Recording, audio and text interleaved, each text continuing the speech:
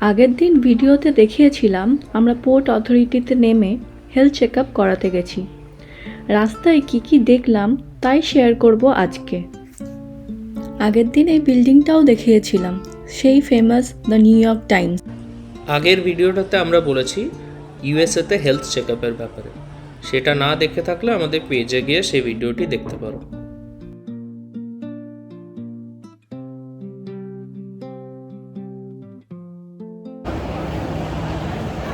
Hello, আমরা হেঁটে হেঁটে যাচ্ছি এখন ম্যানহাটন এরিয়াতে।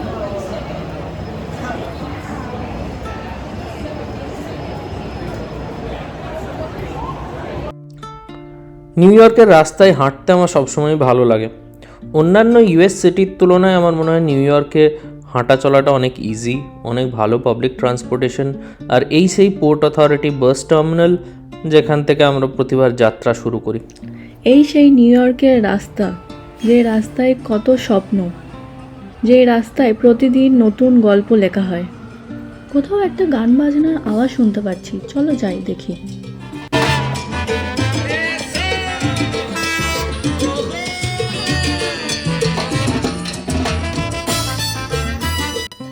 কি মিষ্টি না, আর কি হ্যাপেনিং নিউ ইয়র্কের রাস্তাগুলো। হচ্ছে মাদাম তুসেড মিউজিয়াম, অনেক ভিজিটার্স লাইন দিয়ে দাঁড়িয়ে আছে।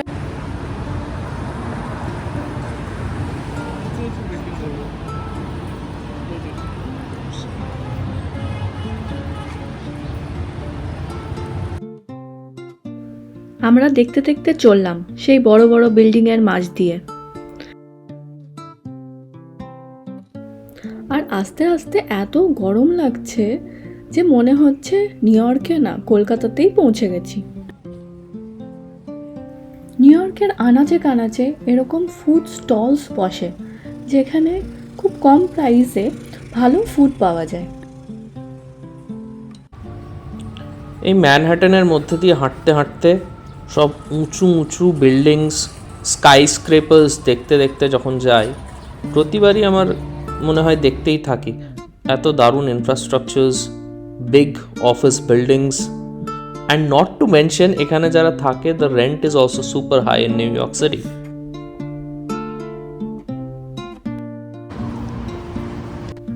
আমরা সেই আইকনিক রকফেলার সেন্টারের দিকে এগিয়ে চললাম, কারণ তার পাশেই আছে আমাদের হেলথ চেক আপের ক্লিনিকটা।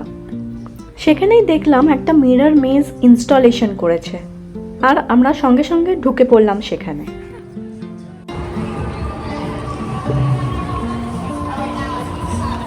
কিডস ইভেন্ট চলছে এখানে। It's so happening over here in New York. Is this something happening for the Pride month? Maybe, we don't know. But flags gulo dekhe tai lagche.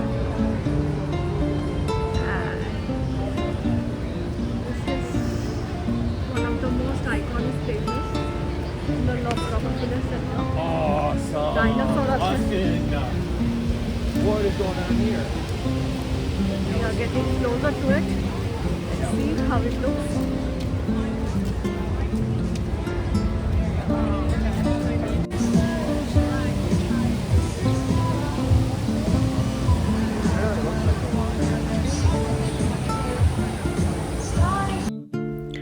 আমরা ফাইনালি ঘুরতে ঘুরতে ক্লিনিকে পৌঁছে গেছি। Health check up হয়ে গেছে। আর আগের দিন দেখিয়েছিলাম ক্যাফেটেরিয়াতে একটা জানলার ধারে সিট নিয়েছিলাম, সেখান থেকেই ডাইনোসরাসের ভিউটা দেখতে পাচ্ছি। এবার যাওয়ার পথে যাব সেই বিশাল ডাইনোসরাসের কাছাকাছি। এখানের কাজ মোটামুটি কমপ্লিট। চলো যাই এবার রকফেলার সেন্টারে আবার। এটা হলো একটা হিউজ টাইটানোসরাস, যেটা করা হয়েছে to celebrate the new Jurassic World Rebirth. সত্যি larger than life installation. Jurassic World Rebirth এই মুভিটা রিসেন্টলি রিলিজ করেছে ইউএসএ অ্যান্ড ইন্ডিয়া, দুটো জায়গাতেই। সেখান থেকে বেরিয়ে আমরা আবার এগিয়ে চললাম রাস্তায় রাস্তায়।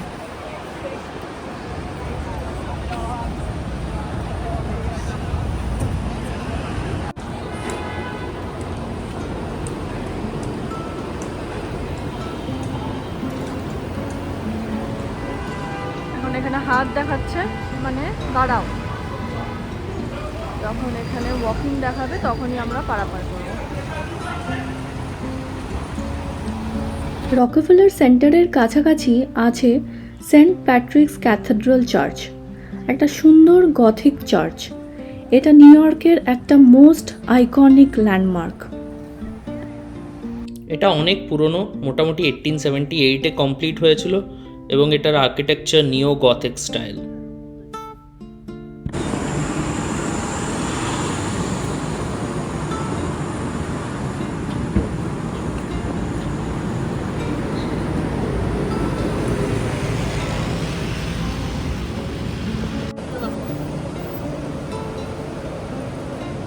ওটা তো বোঝা যাচ্ছে না।